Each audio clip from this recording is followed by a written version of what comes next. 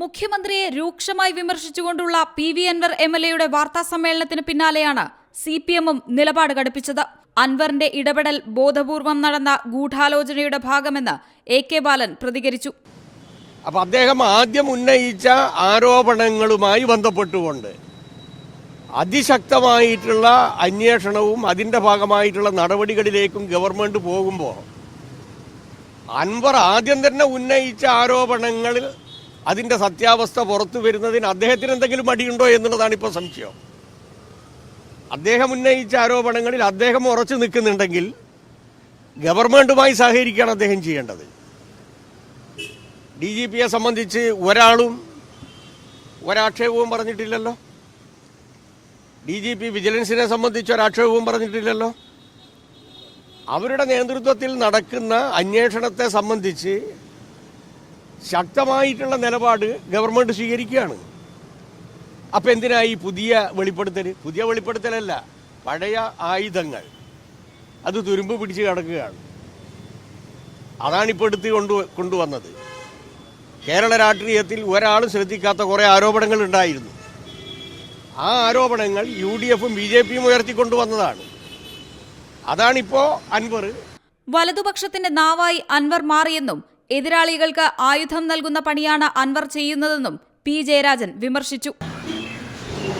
അൻവർ ഗുരുതരമായിട്ടുള്ള വഴിതെറ്റലാണ് നടത്തിക്കൊണ്ടിരിക്കുന്നത്. CPM parliamentary party അംഗവും ഇടതുപക്ഷ ജനാധിപത്യ മുന്നണിയുടെ ഭാഗമായിട്ടുള്ള MLA-യുമായിട്ടുള്ള അൻവർ വലതുപക്ഷത്തിന്റെ നാവ് ആയി മാറിയിരിക്കുകയാണ്.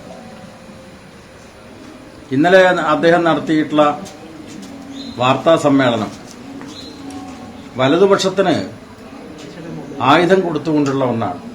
PV അൻവറിന് രാഷ്ട്രീയ അഭയം നൽകേണ്ട കാര്യമില്ലെന്നും അൻവറിനെ തള്ളാനും കൊള്ളാനും തയ്യാറല്ലെന്നുമാണ് UDF കൺവീനർ MM ഹസന്റെ നിലപാട്.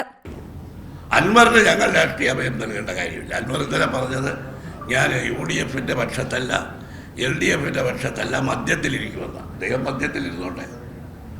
നിങ്ങളോട് ആരോടെങ്കിലും അദ്ദേഹം പറഞ്ഞു ഞാൻ UDF-ലേക്ക് പോകുന്നു.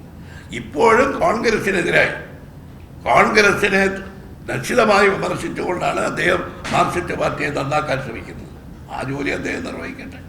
എന്നാൽ അൻവറിന് UDF സംരക്ഷണം അറിയിച്ച് തിരുവഞ്ചൂർ രാധാകൃഷ്ണനും രംഗത്തെത്തിയിട്ടുണ്ട്. യഥാർത്ഥത്തിൽ അൻവർ ഇഫക്റ്റ് കൊണ്ട് മാർക്സിസ്റ്റ് പാർട്ടി പൊളയുകയാണ്. അതാണിപ്പോൾ നമ്മൾ കണ്ടുകൊണ്ടിരിക്കുന്നത്. ഇടതുപക്ഷ ജനാധിപത്യ മുന്നണിയിൽ നിന്ന് പ്രത്യേകിച്ച് CPM-നകത്ത് അവരുടെ പാർലമെന്ററി പാർട്ടിയിലെ പ്രമുഖനായ ഒരു വ്യക്തി ഉന്നയിച്ചിരിക്കുന്ന വളരെ പ്രബലമായ ചോദ്യങ്ങളുണ്ട്. ആ ചോദ്യം കുറെ കാലമായി ജനങ്ങൾ ചോദിച്ചുകൊണ്ടിരിക്കുന്നതാണ്. ഇപ്പോൾ ശ്രീ അൻവർ ചോദ്യം ചോദിക്കുക മാത്രമല്ല, അതിനൊരു പരിഹാരം കൂടി അദ്ദേഹം നിർദ്ദേശിക്കുന്നുണ്ട്. സിറ്റിംഗ് ജഡ്ജിയെ കൊണ്ട് അന്വേഷിപ്പിക്കണം.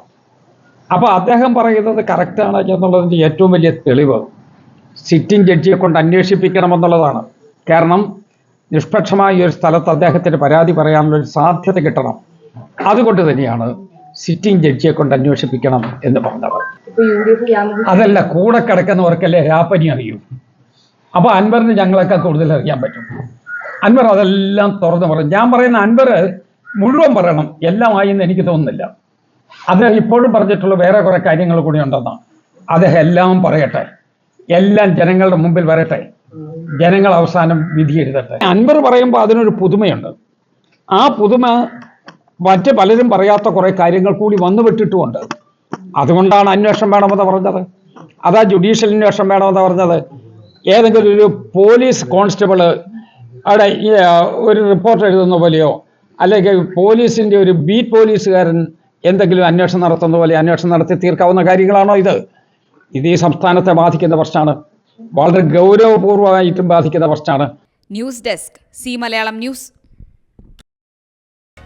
പുതിയ വാർത്തകളും വിശേഷങ്ങളും ഇനി വിരൽ തുമ്പിൽ. എല്ലാ ഡിജിറ്റൽ പ്ലാറ്റ്ഫോമുകളിലും ഇപ്പോൾ സി മലയാളം ന്യൂസ് ലഭ്യം.